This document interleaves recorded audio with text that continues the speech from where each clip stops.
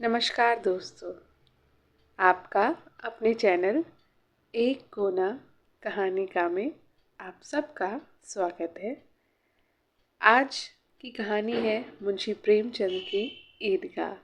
ईदगाह कहानी हम सब ने सुनी है, हम सब ने बचपन में पढ़ी है।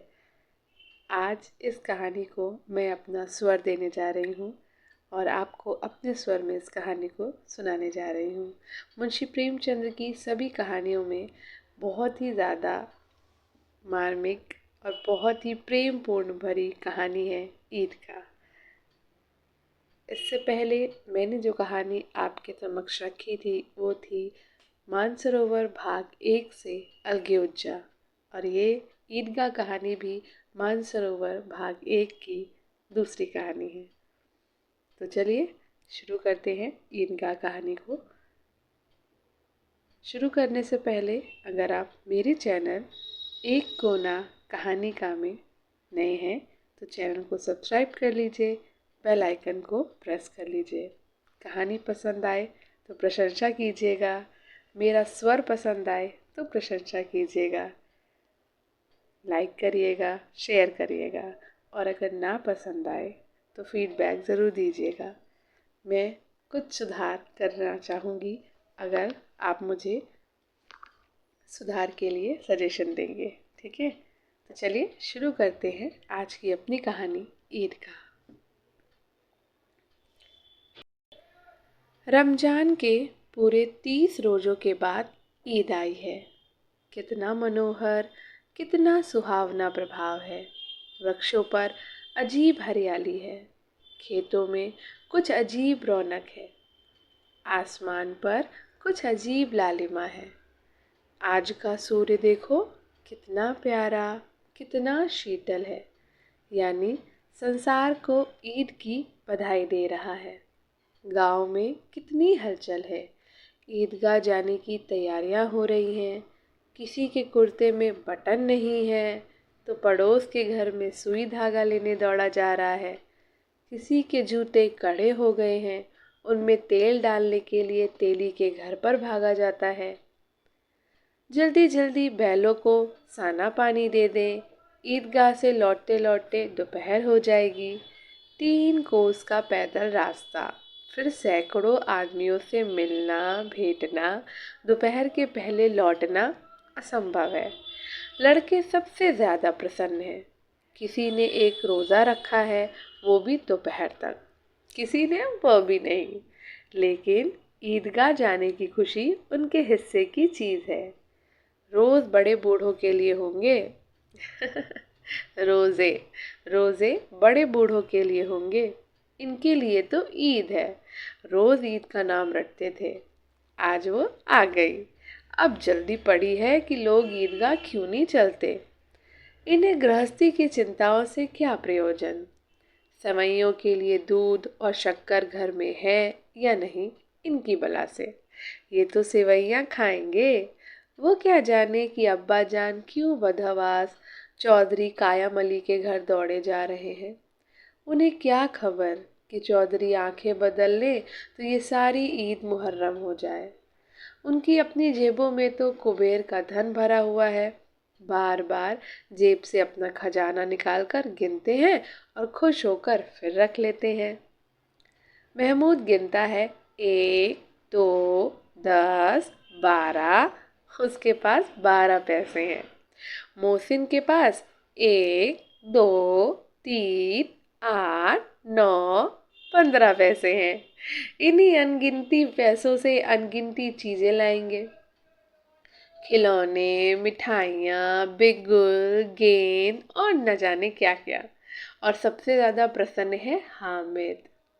वो 4 साल का गरीब सूरत दुबला पतला लड़का, जिसका बाप गत वर्ष हैजे की भेंट हो गया और माँ ना जाने क्यों पीली होती होती एक दिन मर गई। किसी को पता क्या बीमारी है, कहती तो कौन सुनने वाला था। दिल पर जो कुछ बीतती थी वो दिल में ही सहती थी, और जब ना सहा गया तो संसार से विदा हो गई। अब हामिद अपनी बूढ़ी दादी अमीना को गोद में सोता है और उतना ही प्रसन्न है। उसके अब्बा जान रुपए कमाने गए हैं, बहुत सी थैलियाँ लेकर आएंगे। अम्मी जान अल्लाह मियाँ के घर से उसके लिए बड़ी अच्छी अच्छी चीज़ें लाने गई हैं, इसलिए हामिद प्रसन्न है। आशा तो बड़ी चीज़ की है, और फिर बच्चों की आशा, उनकी कल्पना तो राय का पर्वत बना देती है। हामिद के पाँव में जूते नहीं हैं, सिर पर एक पुरानी दुरानी टोपी है जिसका गोटा काला पड़ गया है, फिर भी वो प्रसन्न है। जब उसके अब्बा जान थैलियाँ और अम्मी जान नियामतें लेकर आएंगी तो वो दिल से अरमान निकाल लेगा। तब देखेगा मोहसिन, नूरे और सम्मी कहाँ से उतने पैसे निकालेंगे। अभागिन अमीना अपनी कोठरी में बैठी रो रही है। आज ईद का दिन, उसके घर में दाना नहीं। आज आबिद होता तो क्या इसी तरह ईद आती और चली जाती। इस अंधकार और निराशा में वो डूबी जा रही है। किसने बुलाया था इस निगोड़ी ईद को। इस घर में उसका काम नहीं, लेकिन हामिद, उसे किसी के मरने जीने से क्या मतलब। उसके अंदर प्रकाश है, बाहर आशा है। विपत्ति अपना सारा दल बदल लेकर आए, हामिद की आनंद भरी चितवन उसका विध्वंस कर देगी। हामिद भीतर जाकर दादी से कहता है, तुम डरना नहीं अम्मा, मैं सबसे पहले आऊँगा, बिल्कुल ना डरना। अमीना का दिल कचोट रहा है। गांव के बच्चे अपने अपने बाप के साथ जा रहे हैं। हामिद का बाप अमीना के सिवा और कौन है। उसे कैसे अकेले मेले जाने दे। उस भीड़ भाड़ से बच्चा कहीं खो जाए तो क्या हो। नहीं, अमीना उसे यूं न जाने देगी। नन्ही सी जान 3 कोस चलेगा कैसे। पैर में छाले पड़ जाएंगे। जूते भी तो नहीं है। वो थोड़ी थोड़ी दूर पर उसे गोद में ले लेती, लेकिन यहाँ सेवइयाँ कौन पकाएगा। पैसे होते तो लौटते लौटते सब सामग्री जमा करके चटपट बना लेती। यहाँ तो घंटों चीज़ें जमा करते लगेंगे। मांगे का ही तो भरोसा ठहरा। उस दिन फहीमन के कपड़े सिले थे। 8 आने पैसे मिले थे। उस अठन्नी को ईमान की तरह बचाती चली आती थी इसी ईद के लिए। लेकिन कल ग्वालन सिर पर सवार हो गई तो क्या करती। हामिद के लिए कुछ नहीं है तो 2 पैसे का दूध तो चाहिए ही। अब तो कुल 2 आने पैसे बच रहे हैं। 3 पैसे हामिद की जेब में, 5 अमीना के बटवे में। यही तो बिसात है और ईद का त्यौहार। अल्लाह ही बेड़ा पार लगावे। धोबन और नाइन और मेहतारनी, चुड़ियारनी सभी तो आएंगी। सभी को सिवैयाँ चाहिए और थोड़ा किसी को आंखों नहीं लगता। किस किस से मुंह चुराएगी। और मुंह क्यों चुराए। साल भर का त्यौहार है। जिंदगी खैरियत से रहे, उनकी तकदीर भी तो उसी के साथ है। बच्चे को खुदा सलामत रखे, ये दिन भी कट जाएंगे। गांव से मेला चला और बच्चों के साथ हामिद भी जा रहा था। कभी सबके सब दौड़कर आगे निकल जाते और किसी पेड़ के नीचे खड़े होकर साथ वालों का इंतजार करते। ये क्यों इतना धीरे धीरे चल रहे हैं। हामिद के पैरों में तो जैसे पर लग गए हैं।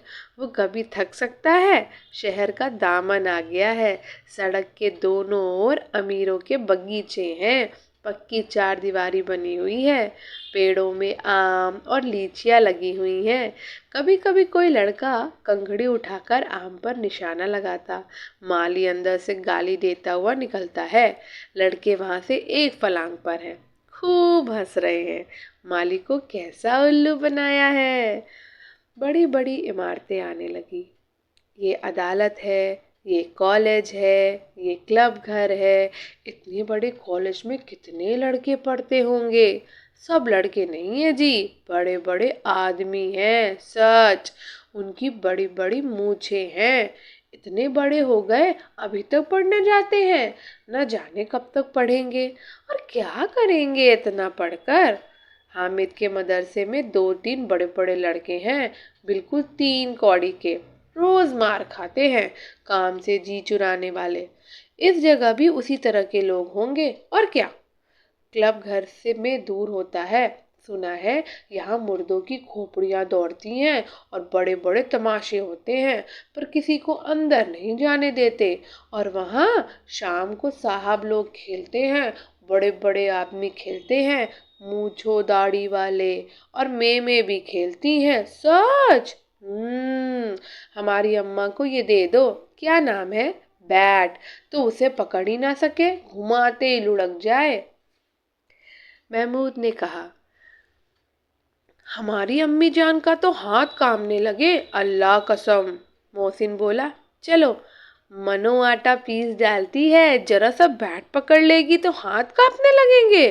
सैकड़ों घड़े पानी रोज निकालती है, 5 घड़े तो तेरी भैंस पी जाती है। किसी मेम को 1 घड़ा पानी भरना पड़े तो लाखों तले अंधेरा आ जाए। महमूद महमूद बोला, लेकिन दौड़ती तो नहीं, उछल कूद तो नहीं सकती। मोहसिन बोला, हाँ, उछल कूद तो नहीं सकती, लेकिन उस दिन मेरी गाय खुल गई थी और चौधरी के खेत में जा पड़ी थी। अम्मा इतना तेज दौड़ी कि मैं उन्हें ना पा सका। सच। आगे चले। हलवाइयों की दुकानें शुरू हुई। आज खूब सजी हुई थी। इतनी मिठाइयाँ कौन खाता है? देखो ना, एक एक दुकान पर मनो होंगी। सुना है रात को जिन्नात आकर खरीद ले जाते हैं। अब्बा कहते थे कि आधी रात को एक आदमी हर दुकान पे जाता है और जितना माल बचा होता है वो तुलवा लेता है और सचमुच के रुपए देता है, बिल्कुल ऐसे ही रुपए। हामिद को यकीन न आया। ऐसे रुपए जिन्नात को कहाँ से मिल जाएंगे? मोहसिन ने कहा, जिन्नात को रुपए की क्या कमी, जिस खजाने में चाहे चले जाए, लोहे के दरवाजे तक उन्हें नहीं रोक सकते जनाब। आप हैं किस फेर में? हीरे जवाहरात तक उनके पास रहते हैं। जिससे खुश हो गए उसे टोकरो जवाहरात दे दिए, अभी यहीं बैठे हैं, 5 मिनट में कलकत्ता पहुंच जाएं। हामिद ने फिर पूछा, जिन्नात बहुत बड़े बड़े होते हैं? मोहसिन बोला, एक एक फिर आसमान के बराबर होता है जी। जमीन पर खड़ा हो जाए तो उसका सिर आसमान से जा लगे, मगर चाहे तो एक लोटे में घुस जाए। हामिद बोला, लोग उन्हें कैसे खुश करते होंगे? कोई मुझे ये मंत्र बता दे तो एक जिन्न को खुश कर लूं। मोहसिन बोला, अब ये तो मैं नहीं जानता, लेकिन चौधरी साहब के काबू में बहुत से जिन्नात हैं। कोई चीज चोरी जाए, चौधरी साहब उसका पता लगा देंगे और चोर का नाम भी बता देंगे। जुमराती का बछुआ उस दिन खो गया था। 3 दिन हैरान हुए, कहीं ना मिला। तब झक मार के चौधरी के पास गए। चौधरी ने तुरंत बता दिया, मवेशी खाने में है, और वहीं मिला। जिन्नात आकर उन्हें सारे जहान की खबर दे जाते हैं। अब उसकी समझ में आ गया कि चौधरी के पास क्यों इतना धन है और क्यों उनका इतना सम्मान है। आगे चले। ये पुलिस लाइन है। यही सब कांस्टेबिलिटी कवायद करते हैं। रैटन फाइफों रात को बेचारे घूम घूम कर पहरा देते हैं, नहीं चोरियां हो जाएं। मोहसिन ने प्रतिवाद किया, ये कांस्टेबिलिटी पहरा देते हैं, तभी तुम बहुत जानते हो अजी हजरत, ये चोरी करते हैं। शहर के जितने चोर डाकू हैं सब इनसे मिले रहते हैं। रात को ये लोग चोरों से तो कहते हैं चोरी करो, और आप दूसरे मोहल्ले में जाकर जागते रहो पुकारते हैं। तभी इन लोगों के पास इतने रुपए आते हैं। मेरे मामू एक थाने में कांस्टेबल हैं, 20 रुपया महीना पाते हैं, लेकिन 50 रुपए घर भेजते हैं, अल्लाह कसम। मैंने एक बार पूछा था कि मामू आप इतने रुपए कहाँ से पाते हैं? हंसकर कहने लगे, बेटा अल्लाह देता है। फिर आप ही बोले, हम लोग चाहे तो एक दिन में लाखों मार लाए, हम तो इतना ही लेते हैं जिसमें अपनी बदनामी ना हो और नौकरी ना चली जाए। हामिद ने पूछा, ये लोग चोरी करवाते हैं तो कोई इन्हें पकड़ता नहीं? मोहसिन बोला, उसकी नादानी पर दया दिखाकर, अरे पागल, इन्हें कौन पकड़ेगा? पकड़ने वाले तो वो लोग खुद हैं, लेकिन अल्लाह इन्हें सजा भी खूब देता है। हराम का माल हराम से जाता है। थोड़े ही दिन हुए, मामू के घर में आग लग गई। सारी लेई पूंजी जल गई। एक बर्तन तक न बचा। कई दिन पेड़ के नीचे सोए। अल्लाह कसम, पेड़ के नीचे फिर न जाने कहां से 100 कर्ज लाए थे, तो बर्तन भाड़े आए। हामिद बोला, 100 तो 50 से ज्यादा होते हैं। कहाँ 50, कहाँ 100। 50 एक थैली भर होता है, 100 तो 2 थैलियों में भी ना आए। अब बस्ती घनी होने लगी। ईदगाह जाने वालों की टोलियां नजर आने लगी, एक से एक भड़कीले वस्त्र पहने हुए। कोई इक्के तांगे पर सवार, कोई मोटर पर। सभी इत्र में बसे, सभी के दिलों में उमंग। ग्रामीणों का ये छोटा सा दल अपनी विपन्नता से बेखबर, संतोष और धैर्य में मगन चला जा रहा था। बच्चों के लिए नगर की सभी चीजें अनोखी थी। जिस चीज की ओर ताकते ताकते ही रह जाते, और पीछे से बार बार हॉर्न की आवाज होने पर भी ना चेतते। हामिद तो मोटर के नीचे जाते जाते बचा। सहसा ईदगाह नजर आई। ऊपर इमली के घने वृक्षों की छाया है, नीचे पक्का फर्श है जिस पर जाजम बिछा हुआ है, और रोजेदारों की पंक्तियां एक के पीछे एक न जाने कहाँ तक चली गई हैं। पक्की जगत के नीचे तक, जहाँ जाजम भी नहीं है, नए आने वाले आकर पीछे की कतार में खड़े हो जाते हैं। आगे जगह नहीं है। यहाँ कोई धन और पद नहीं देखता। इस्लाम की निगाह में सब बराबर है। इन ग्रामीणों ने भी वजू किया और पिछली पंक्ति में खड़े हो गए। कितना सुंदर संचालन है, कितनी सुंदर व्यवस्था। लाखों सिर एक साथ सजदे में झुक जाते हैं, और फिर सबके सब एक साथ खड़े हो जाते हैं, एक साथ झुकते हैं और एक साथ घुटनों के बल बैठ जाते हैं। कई बार यही क्रिया होती है, जैसे बिजली की लाखों बत्तियां एक साथ प्रदीप्त हों और एक साथ बुझ जाएं, और यही क्रम चलता रहा। कितना अपूर्व दृश्य था। उसकी सामूहिक क्रियाएं, विस्तार और अनंतता हृदय को श्रद्धा, गर्व और आत्मानंद से भर देती थी। मानो भ्रातृत्व का एक सूत्र इन समस्त आत्माओं को एक लड़ी में पिरोए हुए है। तो ये थी ईद का कहानी का भाग 1, और अब हम कल सुनेंगे भाग 2। तो देखेंगे कि हामिद ईदगाह पहुंच गया, वहाँ से वो क्या क्या खरीदता है, और उधर उसकी दादी माँ हामिद के लिए क्या बना के रखती है। तो चलिए मिलते हैं कल। तब तक के लिए एक कोना कहानी का में आप सबका तहे दिल से शुक्रिया। सुनने के लिए मुझे बहुत बहुत शुक्रिया। कहानी पसंद आ रही हो तो लाइक, शेयर और कमेंट करना बिल्कुल ना भूलें, और चैनल को सब्सक्राइब ज़रूर करें। हम सब के मन का एक कोना कहानी का। तब तक के लिए नमस्कार।